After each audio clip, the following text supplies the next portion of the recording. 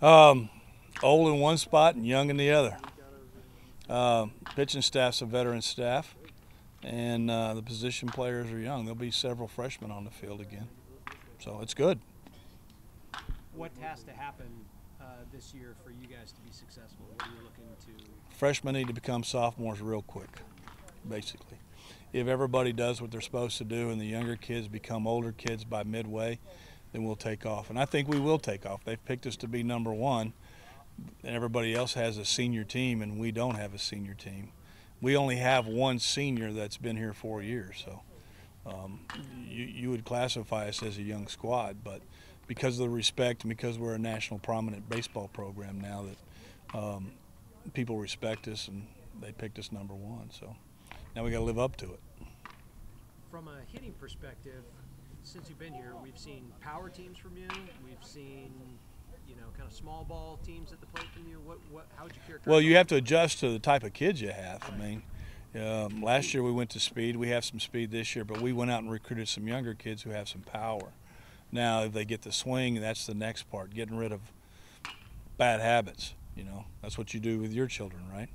So we have to get better habits in the swing. But we have some juice now. We have some kids that have been in the weight program a long time, for a couple of years, and that's really big. Our strength coach, Amity Livingston, is really important to this program, and the strength coach to a power team is important. So that's a big deal. It's new baseball this season. I know you weren't too happy when they announced they were going to change it last year. Have you been able to really gauge any effect that it No, has? it carries a lot farther. You can see Dan sweating every day. So Dan Spencer wasn't for it either. All the pitching guys were against it.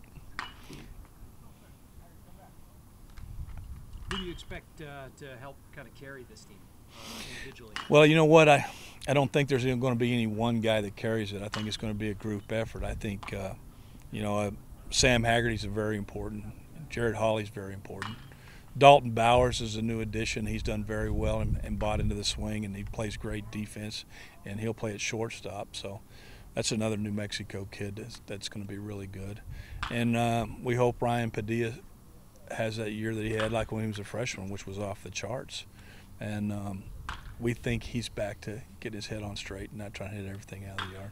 Yeah, can you just talk about Ryan Padilla? I mean, outstanding as a freshman. I mean, kind of fell off. I mean, what have you been doing with him? I mean, specifically.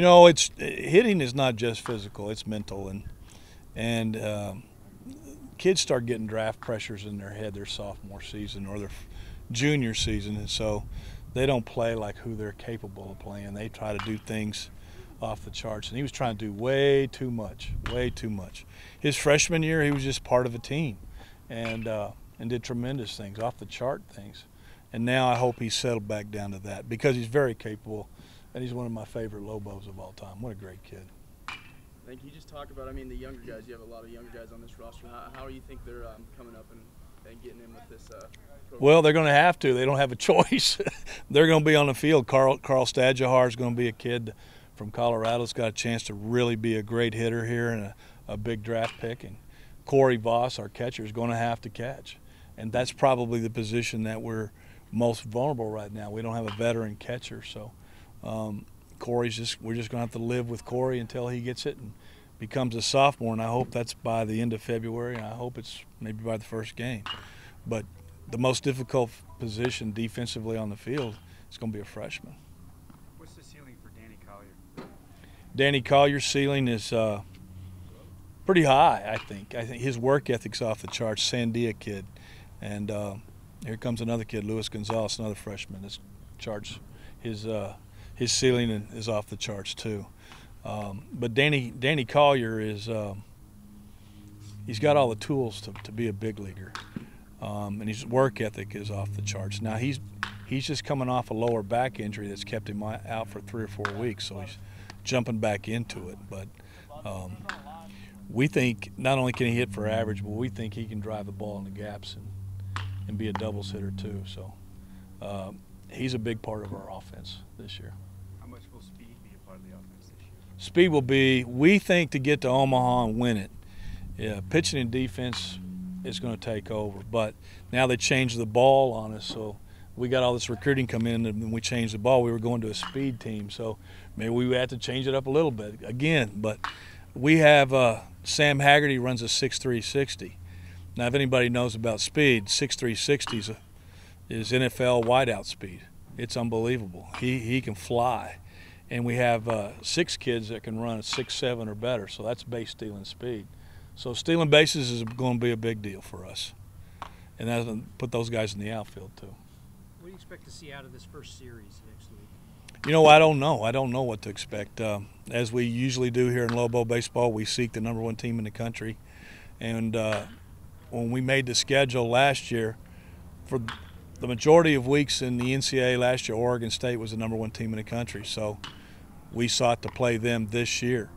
And so we'll play them 2 out of the 4 games in surprise over the coming weekend. And then Michigan State has a senior team back, and they made a little noise in the Big Ten, which is getting better in baseball. And then Northwestern will be there. So, you know what? We're just going to get wet. That's what we're going to do. We're going to dive in the pool and get really wet. That's what's going to happen. We've also got 2 top 5 teams coming in this year, Texas Tech and Houston. Yep. I know you've seen Texas Tech plenty, but especially with Houston coming in, how much do the guys look forward to that opportunity to test themselves? Well, one, we're truly not a revenue sport. And so we take it like we want to play the best teams in the country every year, and we do every year. And our kids want to play that. The people that come here want to play the best because we're one of the best. And so we won't take on the big dogs. There's not much protectionism in the old Lobo baseball schedule. So we call the Yankees, we'll call them, we'll play them. We don't care. We want to play all the best teams in the country. And Houston is some friends of mine, so they've said we'll come to your place first, and you can come to our place next year. Well, I tip my hat to them because that's the way it's supposed to be. And there's a large amount of protectionism in the NCAA nowadays. That, we don't want to play them. We might get beaten. It could affect us here. That's what our kids want. We're teaching young men to shoot for the moon. So that's what we're doing. I think you'll find there's some other top 25 teams on there too. And we'll be in that list as the season goes on. We'll jump into the top 25. Coach, you talked about having a veteran pitching staff, but you lose your ace. How do you replace Walker's presence? Well, you know, there's always been the next guy. And Josh Walker was part of a pitching staff the year before that was pretty stinking good, and the year before that. So the Boardman kid from San Jac, who was at he was at Texas, transferred to San Jac, and then transferred here, is pretty good. And Thompson's pretty good too. And then Drew Bridges is pretty good too. So those 3 guys are pretty solid. And the thing that we have is a starting rotation that's as solid as it's been since I've been here. But we have another kid that might play into the mix from Sandia High School named Carson Snyder. And Carson Snyder has really progressed, and he possibly could be better than anybody here as he grows and gets better. So, and his is just about mentality. As soon as he's sure of himself, he'll be a guy. And I think he is, but we're going to find out when the first line drive goes by his head, then we'll know. What kind of a blessing is it to have that shutdown bullpen? You got everybody back basically there. We do have a shutdown bullpen, and that's huge. The end of the game is the hardest part of the game. And, you know, Victor Sanchez is the big part of that. He could possibly be the most notable pitcher that we've had come out of here in a long time because he could possibly pull off the Closer of the Year award. And he's very capable of doing it. It's a kid that came in here at 84, 85, and Dan's nurtured him into 90, 91 with a plus breaking ball. So he can get in your kitchen. You can't sit back too long because it might be that fastball on your hands, and at the same time, that could be that hard breaking ball that looks like a fastball. He's pretty good, and he's an Albuquerque boy, Volcano Vista. The outfield, you mentioned there's experience out there and speed. Do that can be a strength? Well, you know what? With Danny out there, that's 6'5", 60. Seipel, 6'6", 60. And now with Luis Gonzalez, and he can run a little bit, and Padilla will play out there a little bit too. But Collier being healthy and those 2 guys being healthy, we'll move Andre Vigil to the outfield too. And that's the New Mexico Player of the Year in 13. And so he's picking up. He's a good athlete, so maybe he picks it up too. So we're pretty solid in the outfield, and we've always had a good center fielder, so Seipel's a good center fielder. He can really play defense. Yeah, what's the reasoning, the logic, the positioning of moving Vigil from third to the outfield? More of a natural position for him? Yeah, we moved him to third, which really wasn't his position, and he didn't do very well there, and we put him in a tough situation, and that's my fault. So we took the pressure off of him because he can swing the bat pretty good, and let him go out somewhere where he can be athletic and not worry about, those key situations. So we've put him in the outfield, and he fits the team better there, and it fits him better there. He's a good athlete. He's a really good athlete. And you like Jared at third? Well, actually, for us, we probably have one of the best infields we've ever had with Jared Hawley at third, and Bowers at shortstop, and Haggerty at second base. So defensively, I think we're as solid, if not the most solid defense in the Mountain West. And it fit that way. Bowers is, I hope he's here for 2 years, but the way he's playing, he may be here for 1. He is just another New Mexico kid that's just really fantastic to watch play shortstop. You need to come watch Dalton play shortstop. He's really, really special. And he's learned to hit now, so if he continues what I've seen him doing, I hope it's not, but it might be a cameo appearance for 1 year at the University of New Mexico. What makes him so special as a fielder? His hands? Oh, he's quick. He's got great hands. He's got a plus arm. His release is good. His feel for the game. You just watch him. You'll enjoy watching Bowers play shortstop. I enjoy watching him play shortstop. There are not very many good shortstops in this country, and we have one. Actually, we have 2. We put 1 at third. Hey, Coach, are we a better hitting team this year than last year? Well, I don't know. We were pretty good last year, and we were really good the year before, and we were pretty good. We've been pretty good all the time. So potentially power. Okay, well, power. Well, the thing that you guys don't understand is this yard's big. There weren't very many home runs hit in this yard. There aren't going to. This yard's way different than the old Lobo yard, about 20 feet different in every direction. And then the balls came into play, but now the balls are different. So, yeah, I think we'll hit more home runs, but, I'm more of a doubles guy because a lot of guys will lift the ball. You'll see when a lot of teams come in here, they'll lift the ball and crush it, and we'll catch it on the warning track near it. That's called an out. And so the old man tells you to hit it through the trees, not over the trees. So if it doesn't leave the yard, it's a double. So that's our philosophy. We don't lift too much. We're playing the ball off because when we go to regionals, where do we go?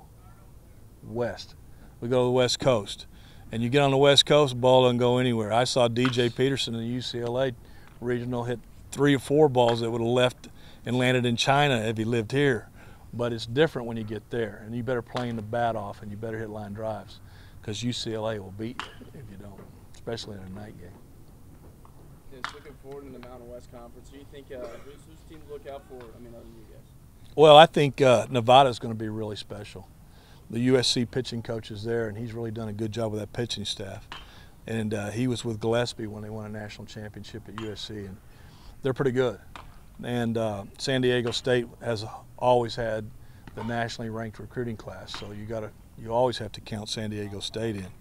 And then I think it'll be us, and then San Jose State will sneak up on people. The old Stanford coach is now at San Jose State, and he's determined. He got a new pitching coach, so our league has gotten better and better and better.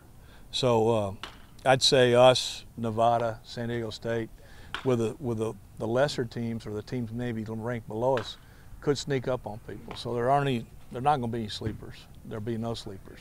And we go to Air Force the second weekend. So those guys, they love playing in the snow. They'll take their shirts off while we got jackets and hoodies on. And that's scary. That's really scary. So it's going to be a tough 2 weeks for the old Lobos to start off with. Coach, pitching and defense gets you to the World Series for the last couple of years. So compare this team. It looks like with Bowers at shortstop, we shore up our defense and our outfield speed. Is this the best pitching defense combination you've had in the last 4 years? Overall, as every position, somebody can play great D, and the pitching staff. There's a whole lot of guys. There's 7 or 8 guys that can really pitch. Now, we don't have the power arms. We don't have the 96s and 97s and 98s that I saw this summer on the USA team, but we have a lot of good arms, upper 80s, low 90s. They can pitch.